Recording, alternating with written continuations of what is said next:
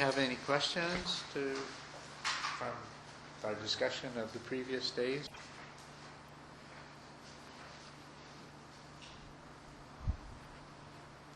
Well, I have one. Yeah. It's about vegetarianism. Yes. So,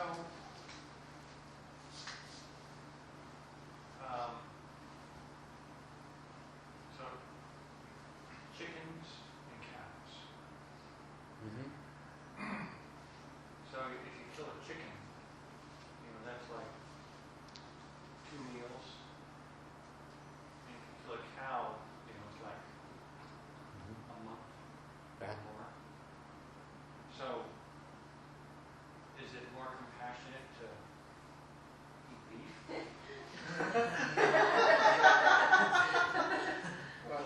you repeat this question?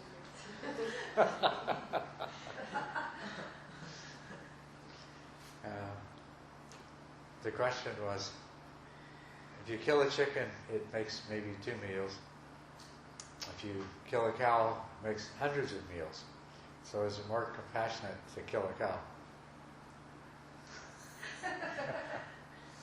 What do you think? Somebody say eat cow is better because cow is vegetarian. Isn't a chicken vegetarian? Eats insects. Oh.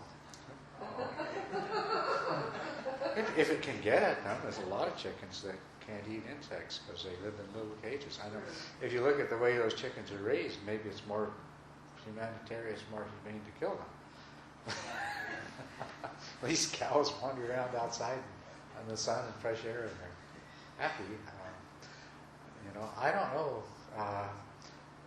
know. This is to live means that other life is destroyed. I mean, people become vegetarians because of the idea that if they eat meat, then more meat is grown, more animals are grown and killed in order to keep the supply up, and that makes sense. It's very logical, and it's a very if you eat meat and in your heart there is that awareness that this was once a living animal that's killed, then and you have that feeling, then you probably should not eat the meat. But the truth is that if you eat soybeans or wheat or corn or anything else, thousands and thousands of organisms are killed in the process of raising these crops. So, I mean, you could look at it and say, instead of comparing chicken 2 meals, cow 200 meals, that one life each, a field of soybeans, I'm not sure how many meals that is. Maybe it's 2,000 meals. But in the other case, one life was lost with a cow. In this other case, uncountable numbers of animals of all different sizes died in order to grow that crop. So in other words, there's not a simple answer. There is no simple answer. You have to follow your heart and your conscience. And whatever you end up doing, if you're following your heart and your conscience, it's the right thing. So, the only thing the Buddha did explicitly say is don't kill an animal in order to eat it, and don't have an animal killed specifically for you to eat it. And you can see that, yes, that's... Because, they did alms around, so if someone gave them meat, they would eat it, yes. That's right. But many, many people are vegetarians because of their concern about the harm it does to destroy pigs and cows and things like that. So many people have made the decision that one particular way. Others go the other way. I think there was questions. I'll hand up over here first. Yeah. Sorry. Yeah. Although the Buddha never encouraged vegetarianism, but it seems like he takes eating extraordinarily seriously. He used the analogy of crossing the desert. The parents have to kill their son and jerking him could you speak a little louder? I can't hear you. Okay, sure. Buddha seems to take eating extraordinarily seriously. On top of only eating one meal a day, around no storage of food, he also told the story of we should look at food as like parents crossing the desert, having to kill their only precious son and jerky him, and to cross the desert to survive, you do so. It seems very, very extreme, but it seems like he's trying to drive a point that's very important. And I'm wondering if you can tell more about, why is this so important? Is it because of when we eat, we exert, we have a lot of greed most of the time. That's one place that our greed just run wild very easily. That's certainly true, and I think that must very likely be a good part of the reason, because yes, we have a lot of desire and greed around food, and people can be very fussy even when they're hungry. They can be fussy and not want to eat certain things because they like the taste of something else better. So certainly the body needs to be fed. So the importance of food from a spiritual point of view has to do with the attitudes and motivations that arise in association with eating it. So it would be greed and aversion, things like that. He also said it's not meant for beautification, putting up bulk and all that stuff. It seems like it's very, he does talk quite a bit about it. Yeah. I never, that's interesting. I never thought that much about how much the Buddha may have spoken about food specifically. It comes up, as a part of the daily life that's described in the sutras, and it comes up as in various analogies and various examples. But I never really thought about it in detail specifically. I see. Because when I eat food, typically I'm kind of greedy. I get the stuff that I like to eat. One of the biggest reasons why I'm not a vegetarian, because I do have a lot of attachment to eating meat. And it's not because I have a conscientious choice. I think that, I'm killing one instead of a million. But the thing is, there's always other arguments. I think, there's the hierarchy of sentient beings, and, cow, being a mammal, has probably a lot more comprehension, understanding, awareness than like lower life form, like maybe a fish. Maybe fish or insect, etc. My reason for eating meat is not because of it. Is this important? That we are very careful about the idea of eating?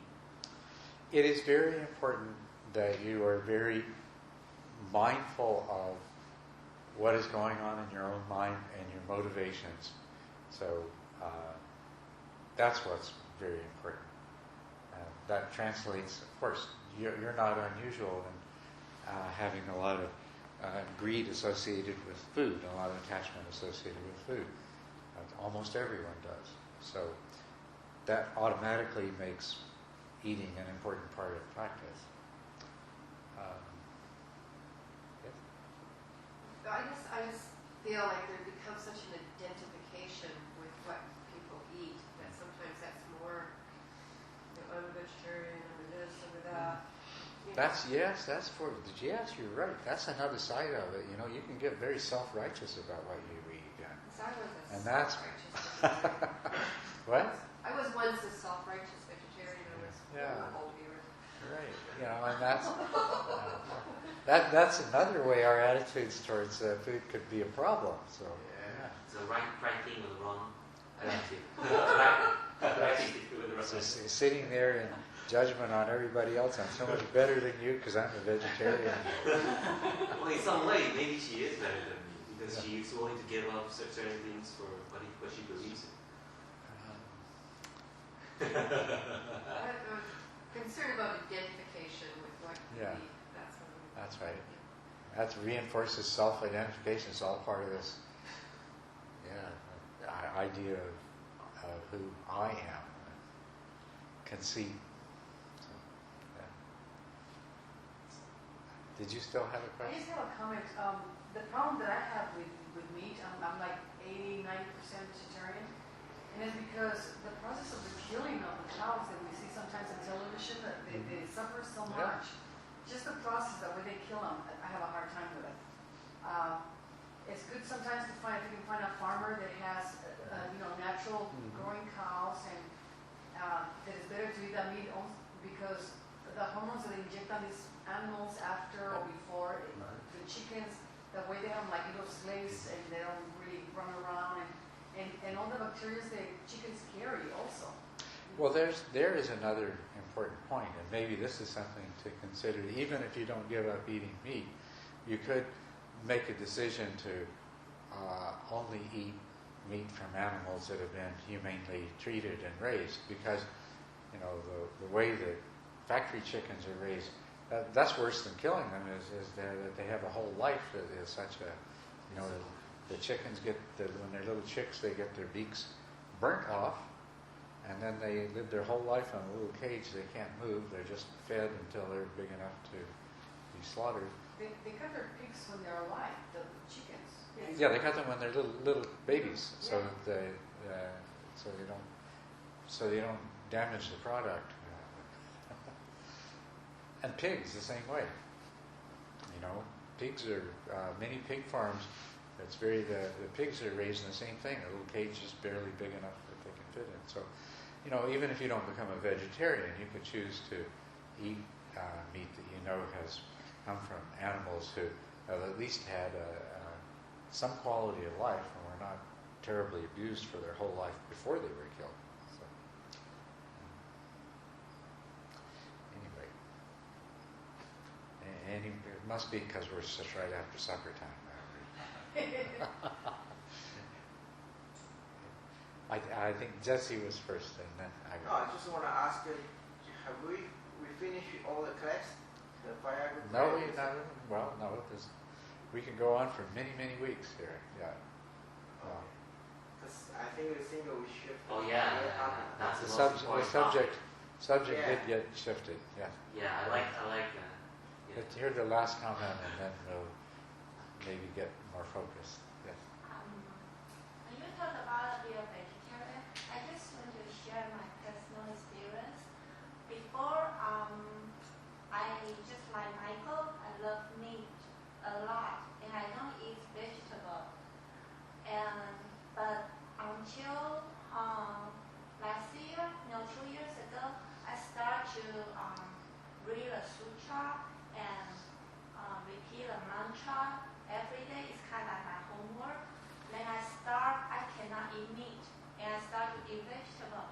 And when I eat meat, I will vomit and diarrhea. And I think that's weird because I just love meat a lot, but that keep happening. And then when I go to a supermarket, I cannot even see the fish or crab in the pan. I would feel I want to cry.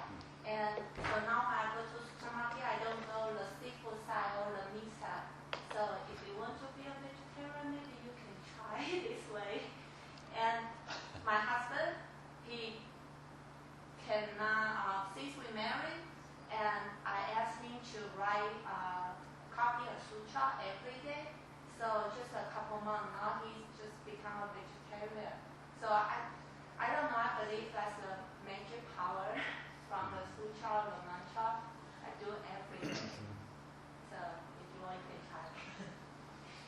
Okay. Is this on the same topic? I just want to give you some advice. My brother is a big meat eater. He doesn't eat much vegetables. I don't know if he eats a lot of vegetables. My brother got gout and became paralyzed for a whole year.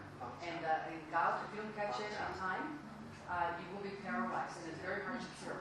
I see. I eat a lot of vegetables, but That's what helps you. But my brother eats a lot too much Okay. meat, and he was paralyzed for a year. Okay. Let's get back a little more on sorry track. for that. This started off not too much off track, but it's getting gout's getting pretty far. So.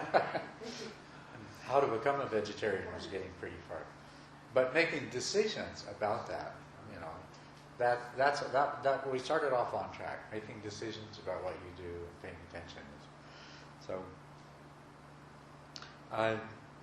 what we could talk about, I think, is the path to awakening.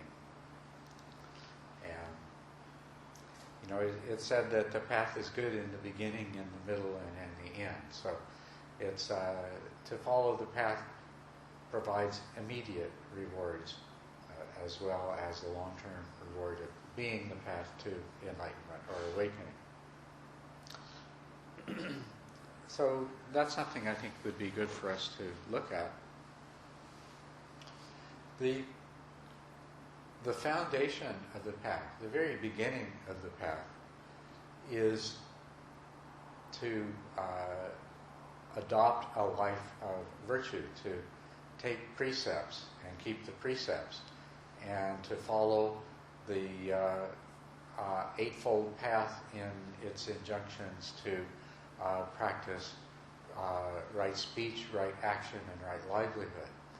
So we would be very correct in saying that the practice of virtue is the beginning of the path to awakening. And indeed, I think I mentioned this before, the other parts of the path, meditation and wisdom, require that virtue be practiced before you can truly master these aspects of the path. So we'll talk about virtue first. Virtue means keeping precepts and following as part of the Eightfold Path, as I said. And if we look at those, we see that the result of keeping the precepts is that we cease to do those things that are harmful to other people. So if you look at right speech, right action, and right livelihood, you'll see that they all, and I said other people, I should have said other beings, other people and other beings, other people. If you look at them, you'll see that this is the common denominator of them all. Not harming, well, that's a pretty obvious one, but not taking what's not given, avoiding sexual misconduct, not engaging in false speech. False speech is always harmful. Divisive speech, harsh speech, and gossip where we entertain ourselves at the expense of others. And right livelihood is avoiding sources of livelihood that cause harm to other beings, like raising animals for slaughter or things like that, selling weapons. But if we begin to practice virtue in our life, it requires that we be mindful. In order to change the patterns of your behavior, you need to be mindful and be aware. If you are a person who sometimes engages in false speech, then the only way you can change that is to be aware of it when you do it. And if you are aware of it, then you can choose to refrain from engaging in false speech. If you're mindful enough to be aware when you're about to perform an unwholesome action, you are also mindful enough that you can begin to notice where the inclination to do these kinds of things comes from. And it comes from craving, it comes from desire and aversion. Any impulse you have comes from desire and aversion. We engage in divisive speech, talking about somebody behind their back. Well, it's because we have anger and aversion. We want to hurt them. So, on the one hand, you begin to engage in much more, you begin to cease to engage in unwholesome activities and be a more wholesome person, which has its positive results right away. But the same mindfulness that allows you to do that allows you to begin to discover the extent to which craving, desire, and aversion are present. So it's a very useful tool in this way. The practice of virtue is a tool for gaining greater insight into the motivations behind your behavior.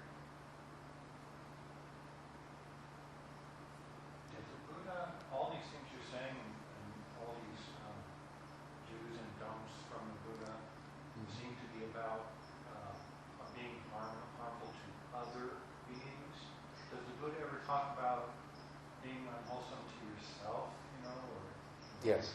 being unhealthy or whatever?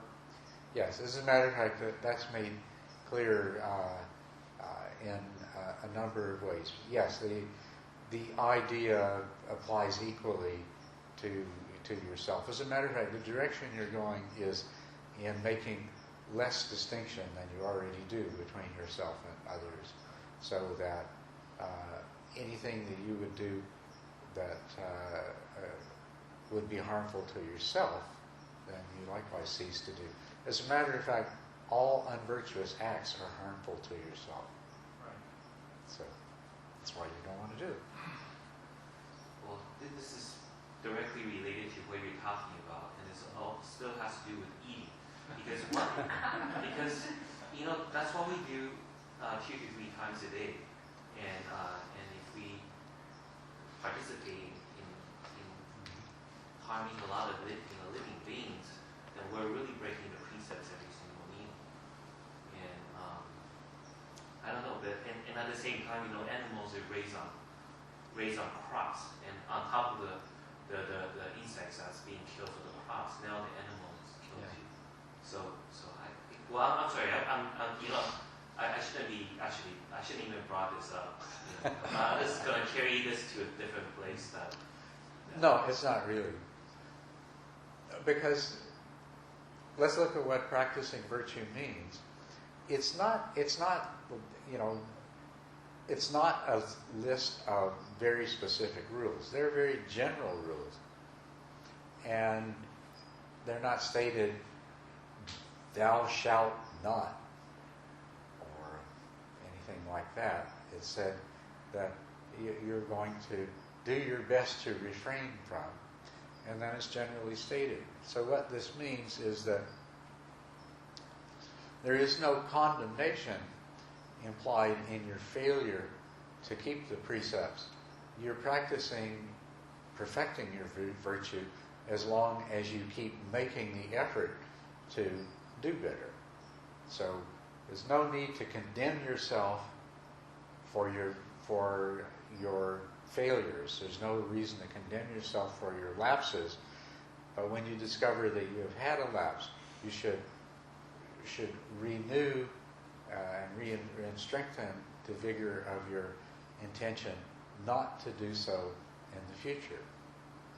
The other thing is, as you're going along and as you become more skillful at keeping your virtue, then your standards of what these particular precepts are referring to changes. So in the beginning, when you take the precept to refrain from taking what is not given, in the beginning that could mean you're going to give up armed robbery once and for all.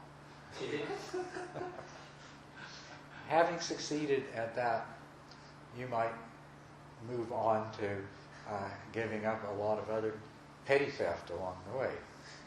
And having succeeded in giving that, you might stop stealing pens and paper clips from the office you work at. It's a day job. When you're an armed robbery at night. Not anymore. You've given up the night job. So, and then at some point, you may decide that refraining, taking from what's not given, means when you go out in the morning, and for some reason or other your paper's not there, but your neighbor's is, then you take theirs. Right? Or it may get to. There are many ways of interpreting taking what is not given. If you're a business person and you're dealing with somebody who obviously doesn't know as much about the value of what you're exchanging as you do, taking what is not given could be treating them fairly in spite of the temptation to make an extra 10% on this business deal. It could mean little things like when there's just one piece of cake left, you offer it to somebody else instead of taking it yourself. There's so many different ways, and if you practice if you practice precepts, if you practice virtue, then you'll redefine the meaning of this as it goes along. At some point, it can go beyond simply not taking things that are others. I mean, it can go to protecting the property of others. It can even begin to become generosity, giving rather than taking. So it's a tool for developing yourself.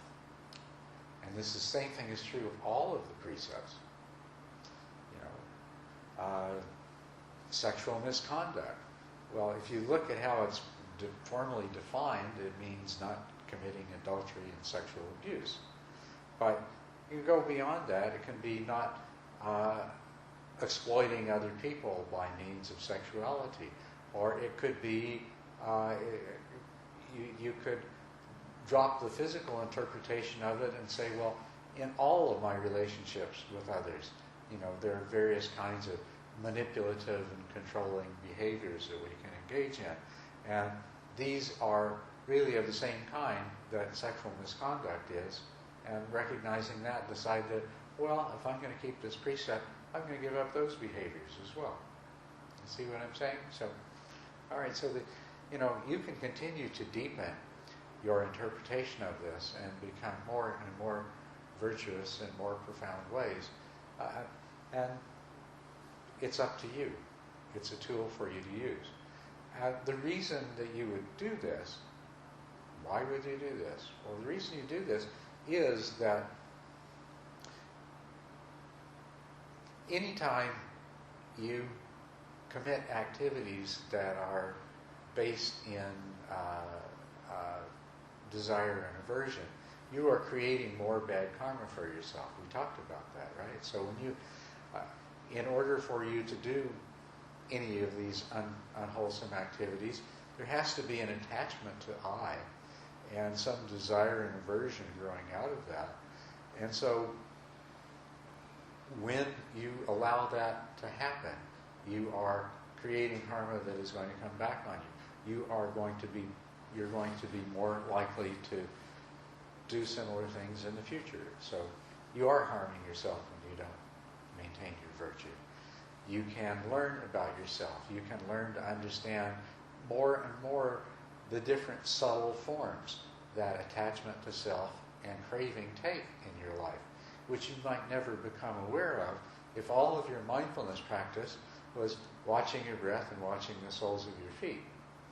When you start watching your behaviors and your interactions with people, using virtue as a guideline, then you start discovering a deeper understanding of some of these very important factors in the spiritual path.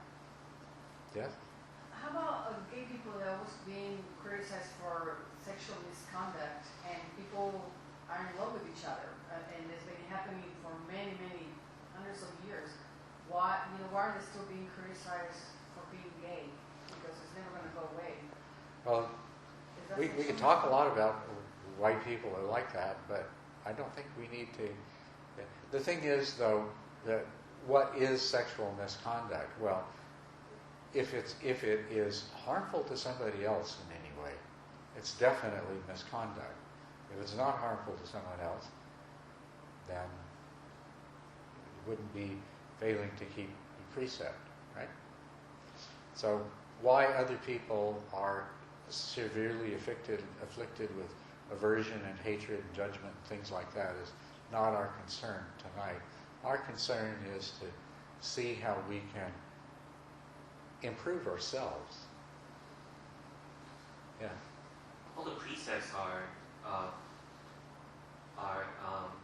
attacks on greed that cause harm, and since all greed cause harm, so really we can really just come up with one precept, which means which is guard against our greed, because our greed always cause harm, and then it's just gradually marching down to no greed. Yeah.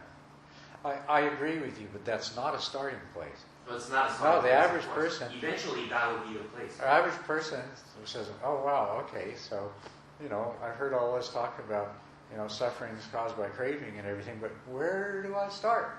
And that's what I'm talking about for that person. This is where you start. Here's a list of some very simple things to begin to follow and to practice in your life. And if you follow those and practice those, then it will start to become clear, and then, at some point it will become that simple that, whenever there's craving, to respond to craving is unwholesome. Simple as that. We're trying to overcome craving. Yes? So one of the precepts is to refrain from intoxicants that cause carelessness. We had quite a discussion with Temple about wine. Yes, this is something that... I know that's food, but it's wine. It's at least liquid food now.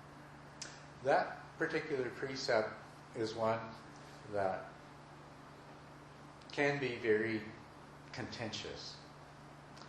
And it's also one that gives rise to a lot of self-righteousness. Right. Now,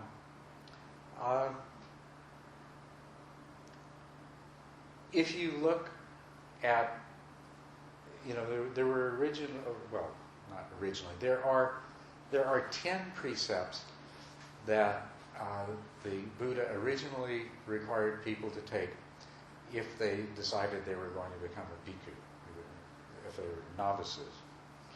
And these were the initial rules of training, which later on, if they took full ordination as a bhikkhu, they had to follow all the rules of the Vinaya, of which there are several hundred.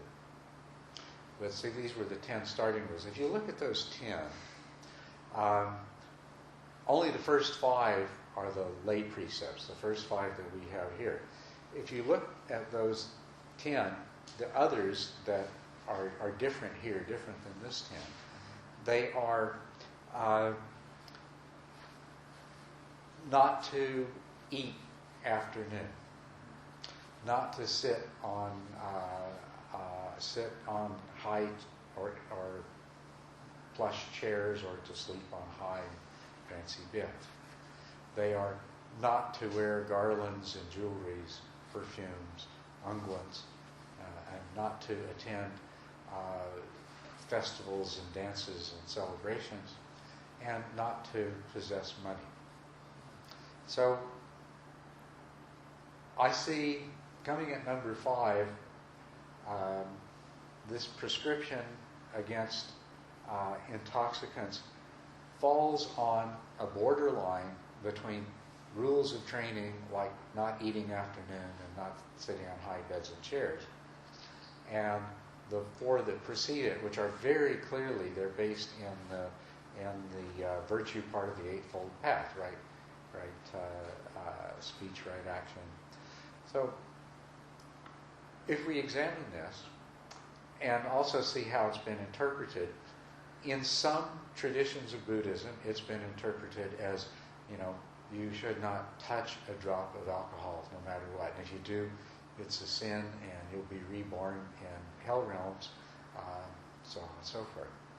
And then there's other traditions in where it's seen that, the problem, if you're a bhikkhu, then you can't drink anything at all. But if you're a lay person, what is the purpose of this? And it's more in the part of that precept about causing carelessness or heedlessness or losing mindfulness. This is harmful both to you and to others. If you consume enough alcohol that it impairs your judgment, you may not be able to keep the preceding 4 precepts. And if you use enough alcohol that it impairs your mindfulness, then you will do harm to yourself in other ways, even if you still do somehow manage to maintain your virtue. So you see, it's a good precept, but does it need to be interpreted with absolute rigidity? Could you be a good Buddhist, take the 5 lay precepts, and still have a glass of wine? And in fact, there's no reason why you couldn't. On the other hand, if we look at this and say, well, yes, it would be the real problem isn't that there's something that alcohol has some magically evil quality that will taint you if it enters your body in any form. It's that if you have very much of it, it's going to affect the way your mind works. In that case, we look at it and say, well, yes, there's a whole lot of other drugs that do that too. So it's not just alcohol. It's anything that would impair your judgment and your mindfulness. And then you think about that a little further, and there's other things too. Playing computer games for 10 hours can really, It's like an intoxicant. yeah, it's like an intoxicant. There are all kinds of things. So I think the way that I would recommend that this particular precept be regarded is care for your mind and care for your mindfulness, and don't impair it in any way by lack of sleep, by computer games, by hanging out with people who are not good companions, drinking alcohol, using drugs. They're all the same in that way. So, but once again, it's up to the individual. And one thing's for sure, no one is going to be harmed by not drinking. Well, one thing that's an issue with all the precepts, and it comes up in this particular one more so, is whether it's hard and fast or whether it's more avoid. You know, and you see different wordings that typically is avoid, but at Shulai Temple, sometimes they seem to adopt a more hard and fast approach, thinking that they're helping you out, I think, because that's the safest approach, right? But should it be hard and fast, or should you, not be hard and fast? That, that's to me, it's like the middle way. The middle way is, get the idea of it, but you don't have to, put a glass of wine. It's the middle way. Yes. And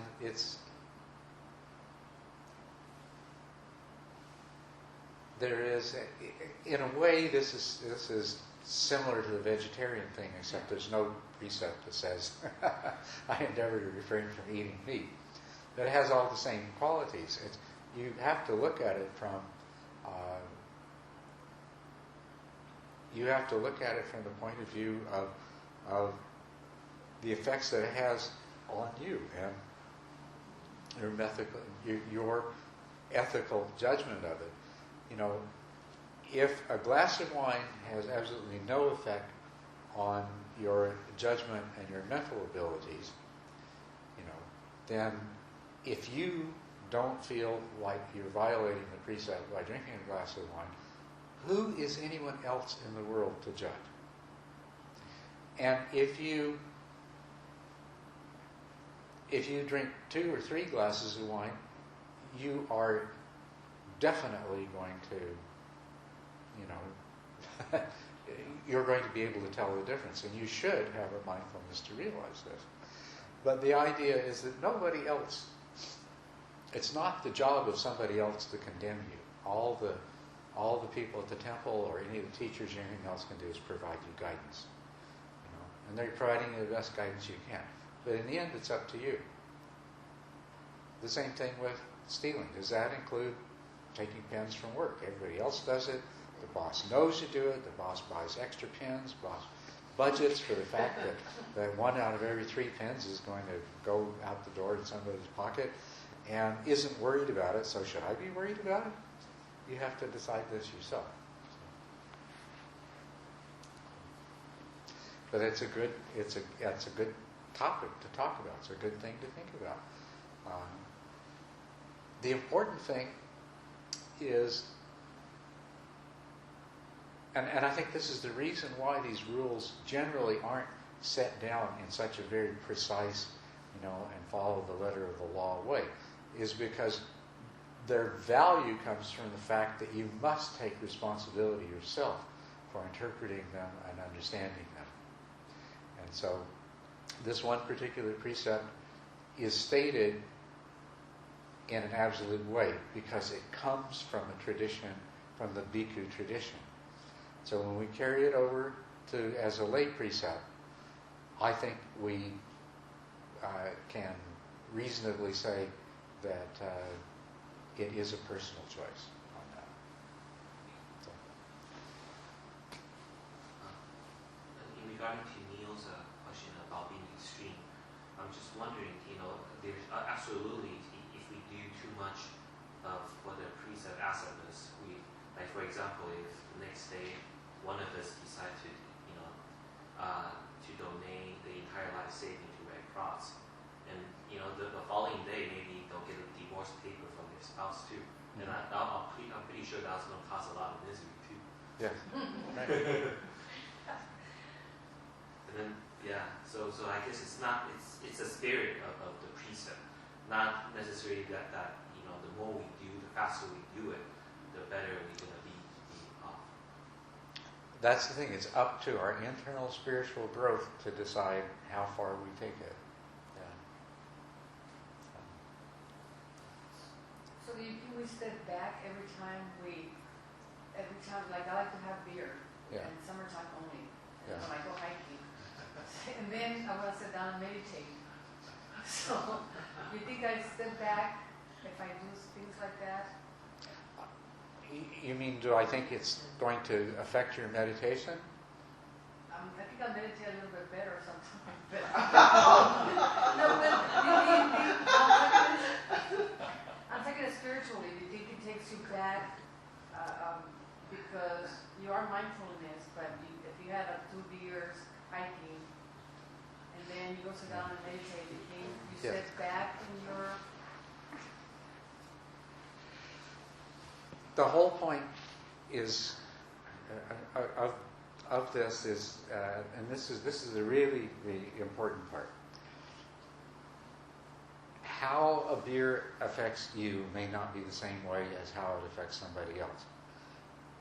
If it has a bad effect on your meditation, well then definitely you should not drink it. If you drink a beer and it has any other bad effect on your mindfulness or your ability to maintain your virtue or anything, then definitely you should not drink it. Right? But in any other sense, there is no Buddha sitting in his heaven keeping score. Lachicha, drink a beer. Okay, -1 point. It's the effect that it has on you, and you know. If you pay attention, you know, and if you stop paying attention, then you'll lose all other aspects of the virtue as well. So every time you have if you take these precepts, though, it means that every time you have a beer, you have to decide whether you're keeping the precepts, whether drinking the beer, you still feel like it's consistent with the precepts or not. Right? So, and if you're mindful, and if the conclusion you come to is that it's not, and if you continue to be mindful, and you satisfy yourself that yes, I drank this beer, and yes, nothing bad came from it, it didn't affect my practice or my mindfulness, then there's no problem. At least from my point of view, there's no problem. Yes? Culadasa, before you say the mental formation is kind of like a warehouse, Yes, right? that's right. So I'm thinking if Latisha could have beer, then she put more beer in the mental, like the warehouse. Then maybe your next one will be an alcohol. That is No, I'm kidding. that is the really what you do is you form habitual behavior. So Yeah. if you decide it's all right to have a beer, then that becomes more and more habitual, and so you might decide 2 beers are all right, a 6-pack's all right, Yeah. a dozen, what the heck? No, I know it usually that's all I'm doing. But you get the But I did experience the last one that we took on the College of the West. My friends invited me to their house like a week after from the class, and then the whole week I felt very magical, very high spirit. And after I had 3 beers, when I drove home, I was very upset that See? I broke. I felt the difference, and I was very disappointed in myself. That's good. Yeah. So you saw that. And, Yeah, I felt it. Yeah. I was very upset when I drove Yeah. home. And I was like, I broke the magic that I was feeling physically. Okay. And yeah, I understand what you're saying. Well, I believe that it's very important for every layperson who takes this precept to keep in mind very carefully, whenever they drink. But at the same time, I am not one to say, and I don't think anybody else is, that there is anything automatically spiritually wrong with the very moderate consumption of alcohol. So I'm not going to judge someone because of it, and I don't think anybody else should either. That's the thing, that it is very much something for an individual layperson. Now, if you are going to take vows, take robes, then there is no question about it. There is no mistake. It's really clear that if you're taking robes, that this is not just a question of, this is a part of discipline. It's like not eating after midday. There is not, the rule about not eating after midday is helpful in some ways. It keeps you from wasting a lot of time running around collecting food and preparing food. So it contributes to your spiritual practice. It gives you many hours during the day when you don't have a lot of food in your stomach, which makes you more sluggish and impairs your meditation. So there are good things that come from not eating after midday. But eating at midday, there's nothing intrinsically wrong with eating a sandwich at 2 o'clock in the afternoon at all. It exists as a rule of discipline, partly because it conveys a certain benefit, but also partly because of it simply involves discipline. And many of the rules for monks and nuns are like that. That gives them the opportunity to practice a high level of discipline, even though the things that they're refraining from doing aren't necessarily that important in themselves. They're just discipline. So, a layperson could regard this the same way, that not consuming alcohol would be an example of this. Anyway, the important thing is you keep the precepts as best you can, and if you're practicing properly, you will continue refining what that means for yourself. And they will serve as a tool to improve your mindfulness, and they will advance you along the path. They will make your life better, because a person who is virtuous is liked and more liked and respected and better treated by the world. Especially, it will give you ease of mind. It will free your mind from all kinds of worry and regret and other sources of agitation. If you follow precepts and you live the best that you can, you will have wonderful, peaceful mind. And so it's tremendous benefit to your practice in that way. So the next part of following the path, beyond just being virtuous, has to do with practicing. Of course, you have to practice mindfulness to be virtuous. And it would be very frustrating if you go out and if you take precepts and you go out in the world and say, I'm going to keep these precepts, and then, you haven't trained yourself in mindfulness, and you're always breaking them, and you're becoming discouraged and frustrated and blaming yourself and things like that. So you have to practice mindfulness, which means that you have to develop some skill in mindfulness, and meditation comes in there too. The whole category of meditation includes right mindfulness, right concentration, but it also includes right effort. And right effort is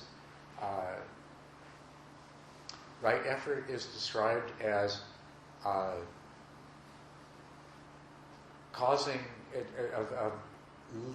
liberating yourself from unwholesome mindful states, or unwholesome states of mind that have arisen. So when you find yourself with an unwholesome state of mind, then you do what you can to free yourself from it. Likewise, you prevent unarisen, unwholesome states from arising. In addition to that, wholesome mental states that have arisen, you preserve and maintain them. And wholesome mental states that have not arisen yet, you do what you can to cause them to arise. It's a simple formula, right?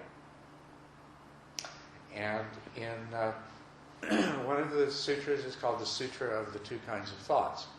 The Buddha said that when he was a bodhisattva, when he was still an unenlightened bodhisattva, it occurred to him that he should take his thoughts, or you could say motivations, and divide them into two kinds.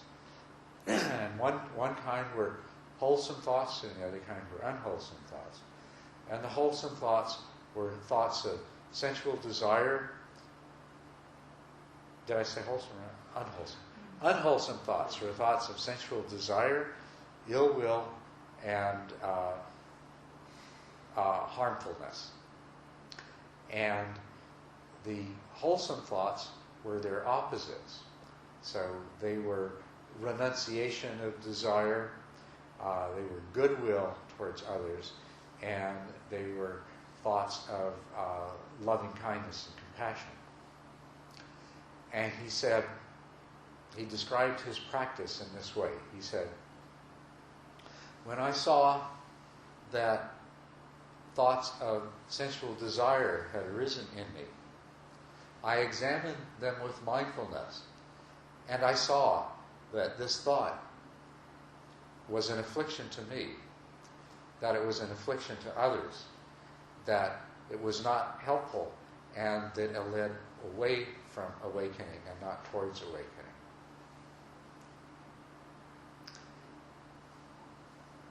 And if you look at that, okay, this is why it makes a difference. When you look mindfully at the thought, at the unwholesome thought, the thought of desire, and looking mindfully, if you see clearly that indeed this thought of desire is creating problems for you, it's adding to your suffering, and you're clearly aware of that, this then becomes imprinted on your mind because you have seen it very clearly.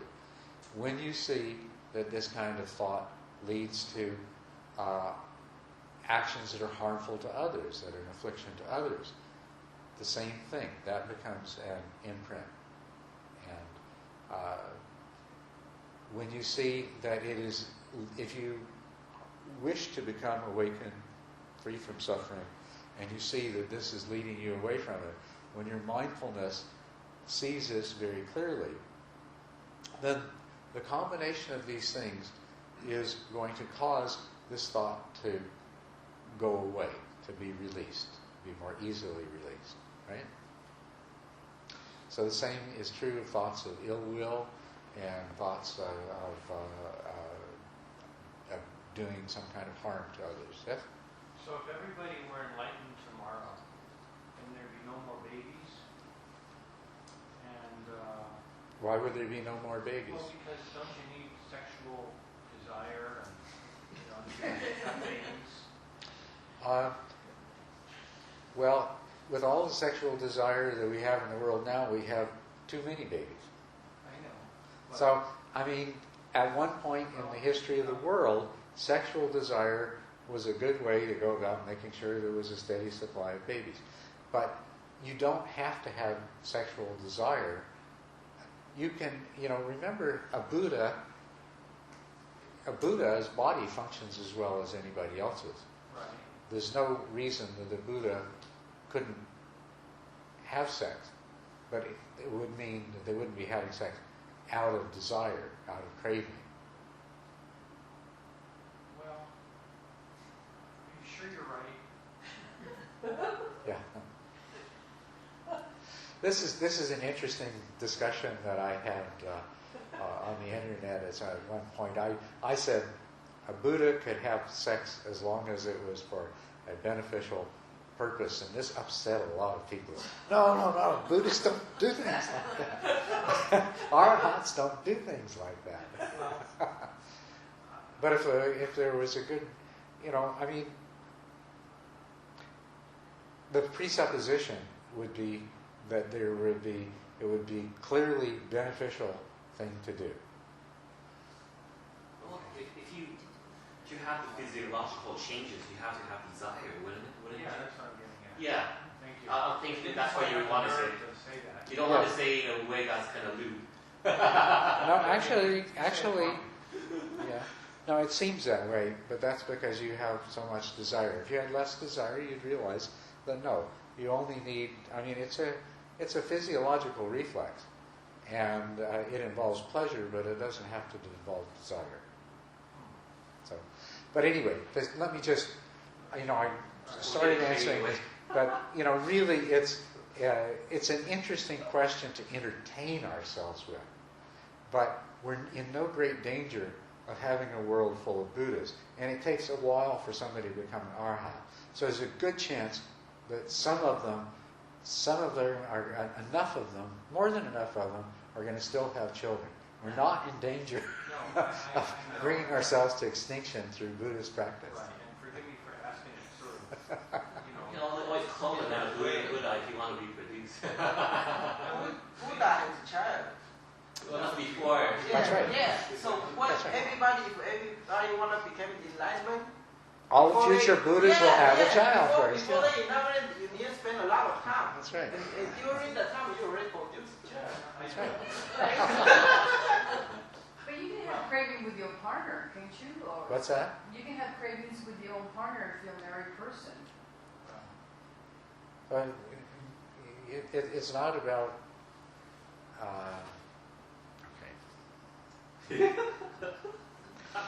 It's not about who you have craving with or for or not.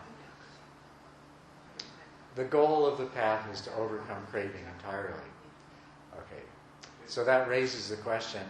It's a very natural one that people. How could you possibly have sex without desire?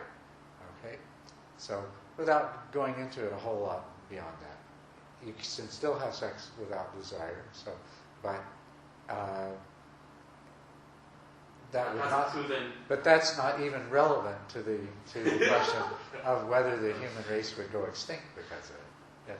Culadasa, remember there's a very famous translator from India to China, I forgot his name. And the king forced him to marry many wives because he's so smart, right? That one. So, and he had many wives and had many children. And so his disciples said, how come you can do this? But then, I forgot, he just swallow the nail or something and say, do you know who I'm talking about? No, I don't. So he swallowed. That one, he just so many disciples just left him because they think, how come you can marry him? Yeah. Right, Yeah, that right. one. So he just took out a bowl and they had many a screw or something. So he just swallowed a whole bowl and he told his disciples, said, who can do like this and still alive and still healthy? So that means he still has sex with so many women because the king forced him, but he still got enlightened. That's right. Yeah. So, okay, we can move on. First of all, just like the Buddha, if we were fortunate enough to have a world where everybody got enlightened, they'd still have enough kids before they got enlightened. And secondly, if for any reason any of the ones that were already Buddhas needed to, they could. Who says we have to have, human reproduction? We can have reproduction in a different realm. It's in a different realm. It's not sexual. Sexually procreated. So we should be so lucky as to have this problem. Talking the least of our worries. Absolutely, that's the least of our worries. Oh yes. Okay. Anyway, so to go on with the Sutra of Two Thoughts. So you see, this is the practice of being mindfully aware of when unwholesome thoughts arise. And if you apply your mindfulness properly, you will see directly that this is not good for you, that this doesn't serve you. You don't have to try to drive these thoughts away. You don't have to try to quash them. All you have to do is clearly examine them every time they come up, and you'll see your mind will perceive, and this will change the way that you respond in the future. Likewise, the Buddha said, when there arose in me thoughts of goodwill, for example, or compassion, then I examined those thoughts with mindfulness, and I saw that these thoughts were a boon and a blessing for me, and that they were a boon and a blessing for others, and that they were an aid in my life, and they brought me towards nirvana and not away from nirvana. And so, in the same way, when we are mindful of thoughts of generosity, goodwill, loving kindness, non-desire, and that's a kind of thought we have too. When we see something and we not only don't have desire for it, we have the experience of, oh, that's something that I might have once craved, but I have no attachment to that. Examining that state of mind with mindfulness makes the positive imprint, and likewise makes it more likely that these thoughts will arise in the future. So this is how we practice right effort. This is how we carry out the practice of causing the unwholesome thoughts that have arisen to leave us, and the unwholesome thoughts that have not yet arisen to not arise in the future. It's likewise how we practice causing the wholesome thoughts that have arisen to remain, and the wholesome ones that have not yet arisen to arise in the future. See? So this is the practice to do in your daily life. And it's a natural extension of the practice of virtue. Now, in terms of the 6 perfections, the first 4 perfections are generosity, virtue, patience, and joyful effort. So this is really what we want to practice. Virtue is the second, but generosity helps us to overcome desire. It helps us in 2 ways. It helps us by, first of all, making us aware of our own desires so that we can examine them with mindfulness. And then it allows us the opportunity to arouse the mental states of goodwill and the wish to be beneficial to others and to help them. Likewise, the practice of patience applies to any states of aversion, ill will, negativity, irritability, that when we learn to be mindful, when we realize that because our computer crashed 3 times and we have this important email to go out and we feel ourselves becoming irritable, mindfulness allows us to look at that irritability and say, boy, this doesn't really help. It's not doing me any good. And as a matter of fact, if it continues, I'm going to inflict my irritability on other people and other things throughout the rest of the day. I'll be miserable, they'll be, and so you say, better that I should be patient. Okay, we'll solve this problem. Either that or we'll get the neighbor to send the email, right? So this is the way that we practice this, the perfection of patience. And the perfection of joyful effort is practicing right effort and doing it with as much joy and happiness as you can. So being glad that you're practicing the Dharma, being excited about the newly arisen opportunity to be mindful of annoyance.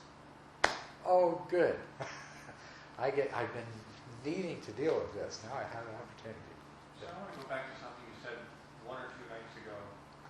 You said something that I thought was fairly astounding, and I hope it's true. You said that even with a lifetime of habit at something, that if you did the opposite 15 or 20 times over a month or two, That's right. that could change that. It can.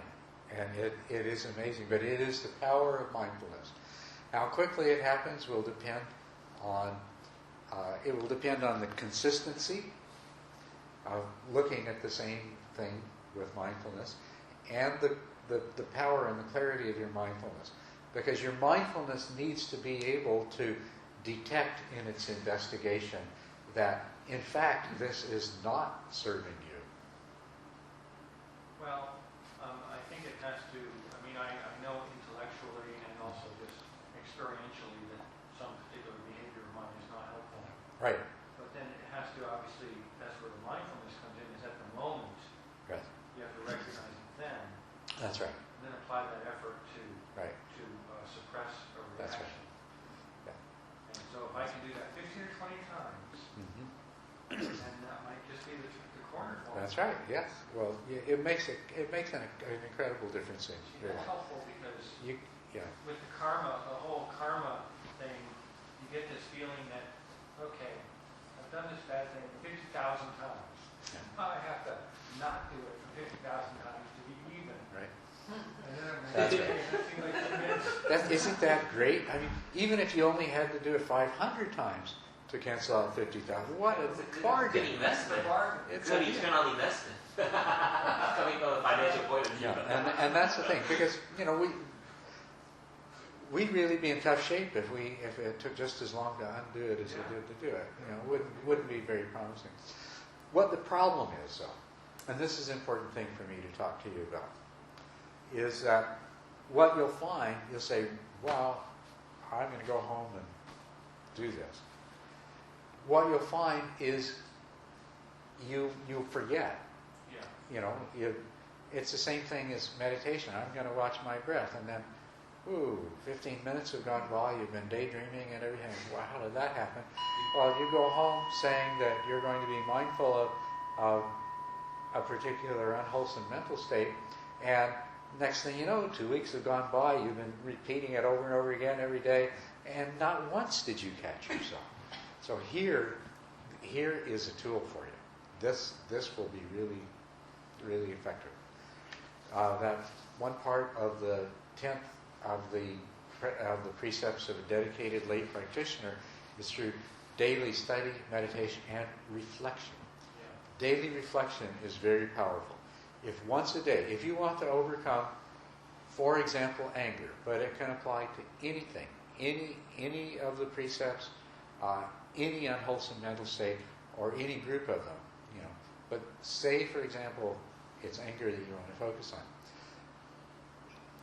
What you can remember to do is every day to reflect that since yesterday, since the last time you reflected, what are the occasions when anger arose that you were not mindful of it? And call them clearly to mind and reflect on them, be mindful of them retrospectively at that time.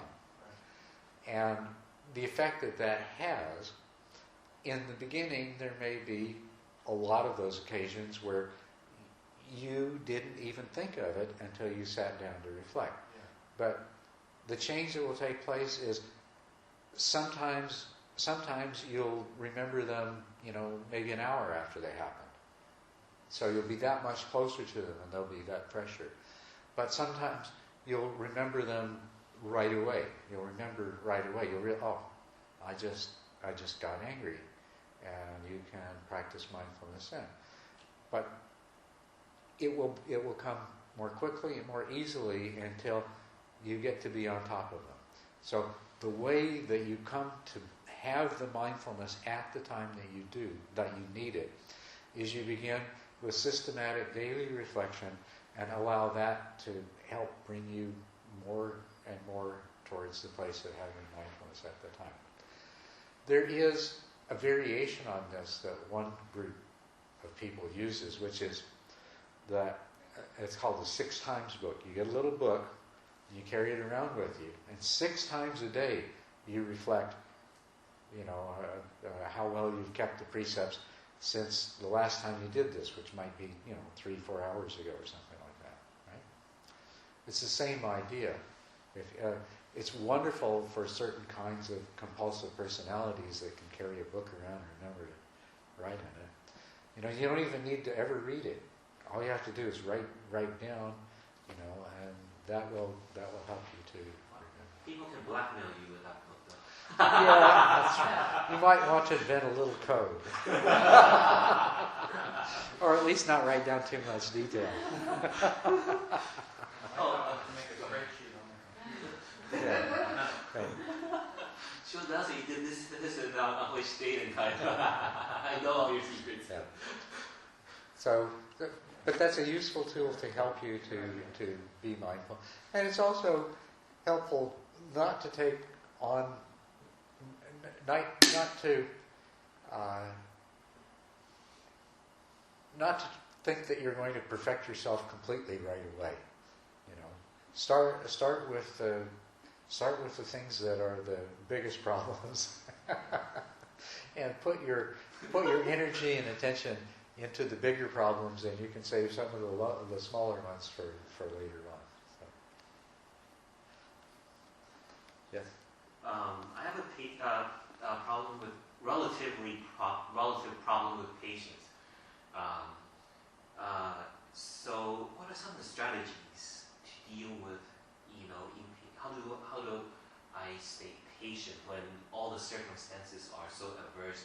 Say I'm very sensitive to the heat; it's extremely hot, and I'm stuck in traffic, and then I have a ton of things to do. I'm really tired, and it takes like 2 hours to get home.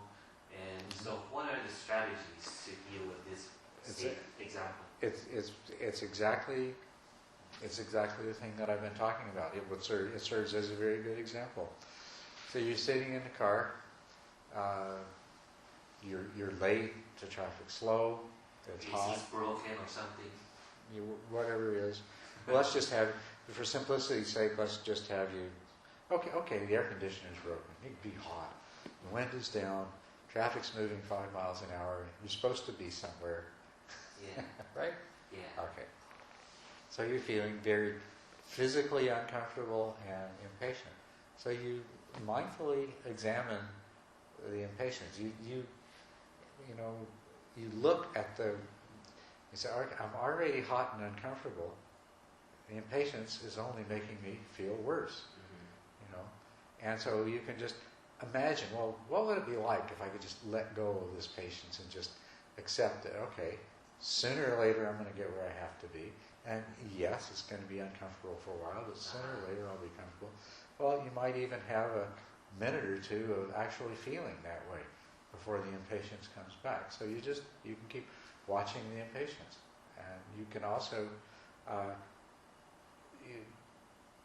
you can consider in the same way the Buddha did, how it affects you, how it affects others, how impatience is not going to help you become awakened and free from suffering. So just examine it while it's happening. Sorry. I just like to add, Please go ahead.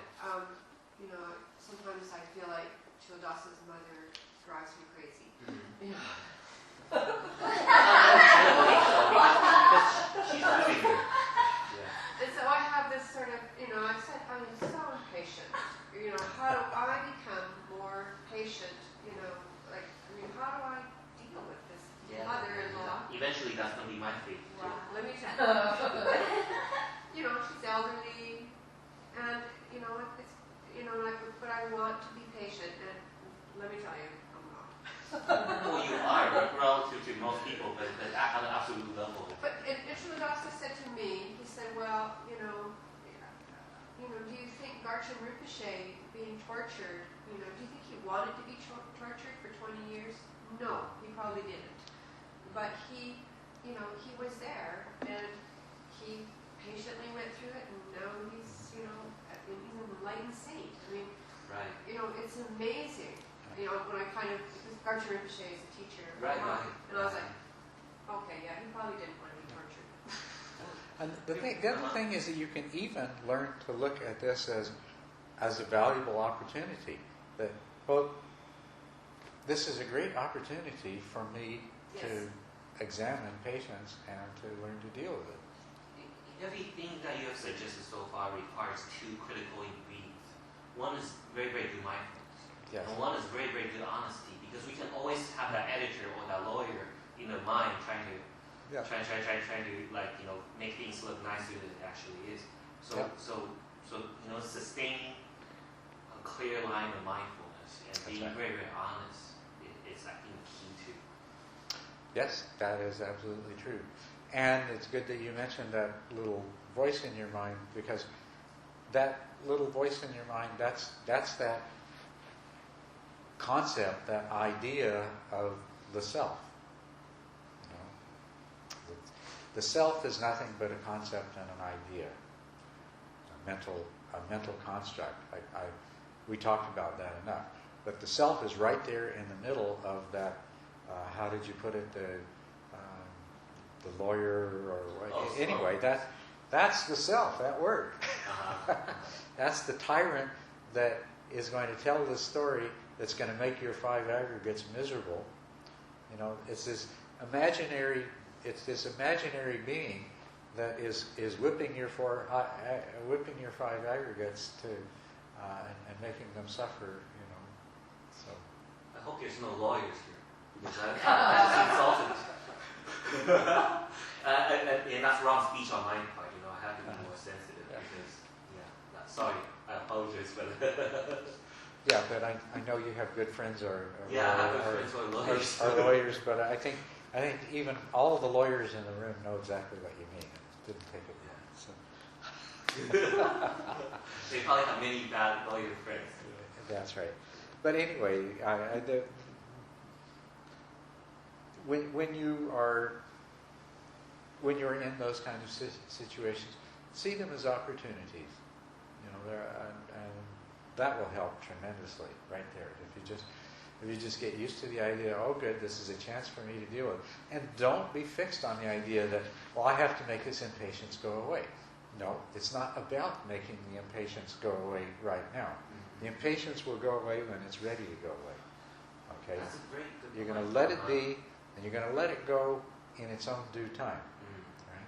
So, because otherwise, if you're practicing mindfulness with the purpose in mind, okay, I'll be mindful of it, and then it'll go away. Then you're not really doing the right thing. Yeah. Then you're attached to it making it go away. And if it doesn't, then you're even more impatient. So. Yeah. Sorry, just very, very quickly. What was I going to say? I forget. Go ahead. That was quick. Yeah. Do you advise going back to your breathing in situations where you're... Oh, as a matter of fact, yes, I do. For years and years, I found that very helpful. That your mind is conditioned. When you are watching your breath, you're practicing mindfulness, and you've done it in retreats and things like this. So whenever you find yourself in a difficult situation, if it's possible, watch your breath for a few minutes, and it will help. It'll calm your mind. It'll bring you into focus. It will remind you of, oh yeah, okay, I know how to deal with this situation.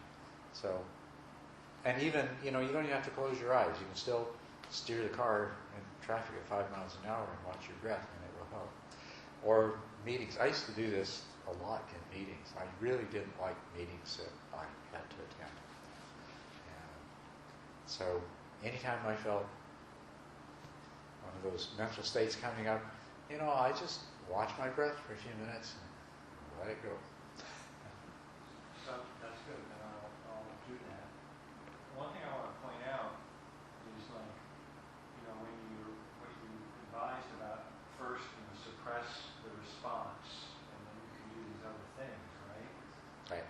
Well, in a lot of situations, I'm sure you'll agree, you have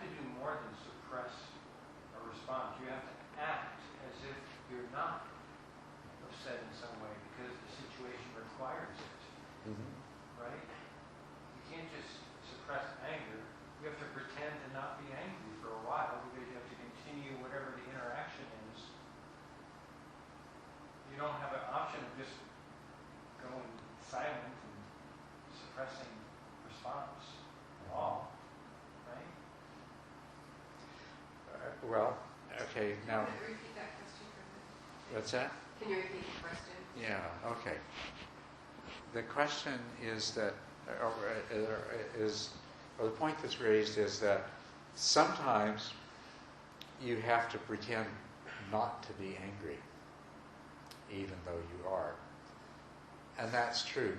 But you see, as you were saying this, what I was thinking is, there's two cases. There is the case where you're angry and you would have said something, and the only reason you didn't was because of your practice of your conscious intention to practice the perfection of patience.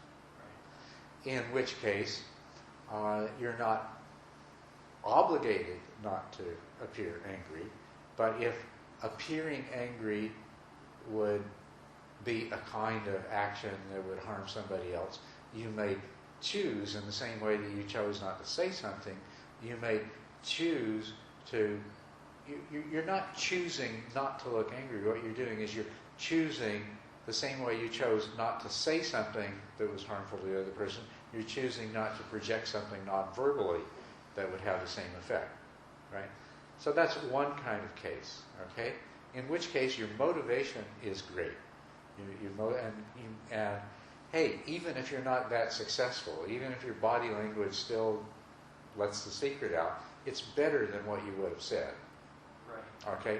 The other case, though, is one where this is somebody that you can't afford to have know that you're angry. Right?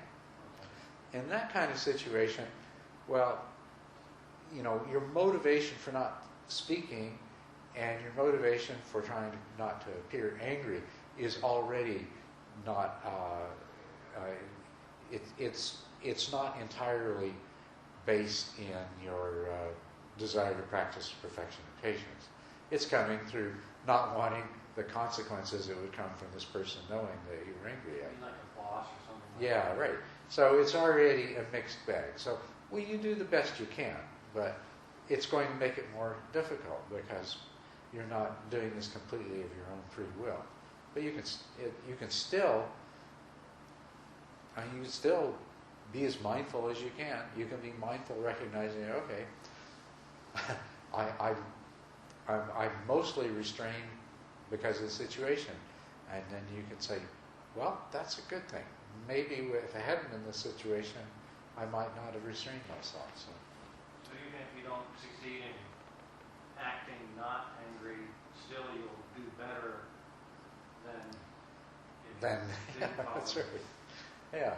So you're just doing the best that you can. So you can see. Right. It's hard. That's very hard to do. Well, Some that's people why are going back to the breath, I think, and going back to the breath is, and even, a very old piece of advice: when you get angry, count to 10 before you do something. Count 10 breaths. Yeah. that's better. Yeah, it's better, right? But the heart of the thing is in the situation, you are mindfully aware of your practice, and your practice is to be mindfully aware of your emotions and so forth, mental states and deal with them. And don't expect too much of yourself. It may be that you can't restrain yourself, and that's all right. You just continue to be mindful. You be mindful of the things that you said that you shouldn't have said. You be mindful of the way it made you feel. You be mindful of the effect it had on the other person. So you just keep being mindful. I thought it was very helpful what you said about that the fact that anger has arisen is kind of not your fault at that moment. That's right. I mean, yes, it's your fault in terms of karma that led to that, but that's already in there. So the fact that anger arose right then is not your fault right then. That's right. That helps, I think, because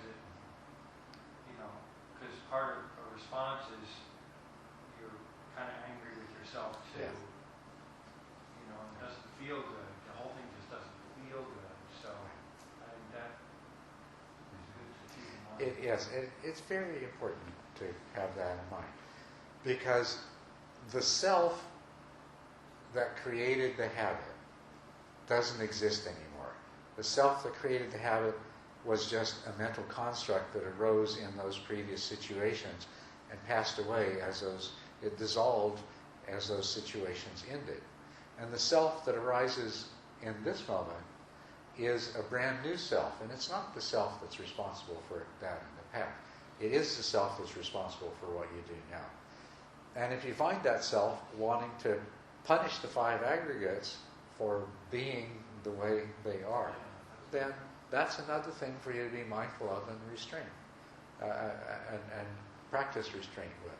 Because yes, it's a tendency we have, is to blame ourselves and be angry with ourselves for the way we're being, and that does not help. The only possible benefit that comes from that is it may further increase our motivation to get beyond this. But that's a pretty small benefit for the harm that it does. And being angry at yourself is really no different than being angry at somebody else. It still reinforces the karma of becoming angry. So if you want to overcome anger, then you want to guard against anger against yourself as much as anyone else. And guilt and all these other things. Yeah. All these other bad habits. Yes? Earlier you said something extremely important. I almost brushed it up.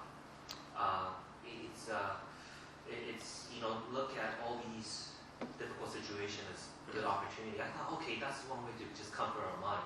But it is indeed extraordinarily true, because some people, they go to the forest, they practice in seclusion for a long time. They think they're really, really well accomplished, but when they come out, they're really irritable. They realize, wow, all this accomplishment is actually, an illusion. Because when they actually, deal with people, they don't have any, patience. They have a lot of aversion. Yeah.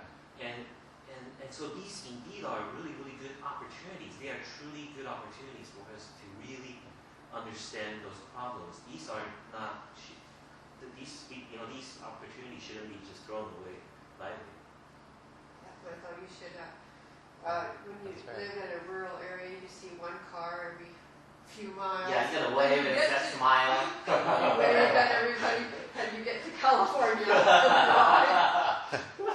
Amazing opportunity. Yeah, very, very true. Very true, yeah. Mike was right. When I came back from the last class, I came back like very happy, very calm.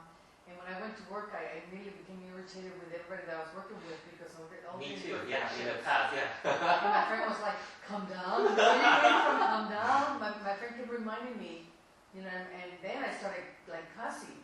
And my nephew goes, "Stop that, because remember where you came from, and remember what you were trying to do." And so I had people reminding me, and I was like, "Oh, you're right. I gotta go back to do this again." That's what I'm here again. So now I can go back and try to deal more with this, because it's going to be in front of my face every day. So I can deal with it better now. But for 3 years, I was like say, very irritable with everybody. Yeah. Me too. Like a few years ago, after a retreat, I was really irritable. I was like, whoa, what the heck? I just came back from a retreat. How come I'm still irritable? Yeah. I'm even more irritable than before. It's just amazing how many people are so doing so many things unconsciously. Mm-hmm. It's just for self-motivation or Yes. whatever. Right. And that's the first thing that you pick up, I think. Mm-hmm. Yeah. Okay, well, I think this is a good talk. So just so that you know, we've been going over the Eightfold Path. We covered the section on virtue, and we covered right effort, which is one of the 3 parts of the section on concentration. The other 2 are right concentration and right mindfulness. And so, which is what we do in our meditation. I said section on concentration. It's a section on meditation. So you practice right effort the way we've talked about, and at the same time you're improving your skills in your meditation practice, and that is the right concentration. And right mindfulness is applying this, being mindful in every part of your life. So we can talk more about right mindfulness tomorrow, and the way it contributes to the next stage of the path. But this is the beginning the beginning of the path, the foundation of the path is virtue and right effort and making these changes in yourself. So we have enough stuff, I think, to continue on with tomorrow. But right now, let's take a couple of minutes to stretch and then we'll sit until 12.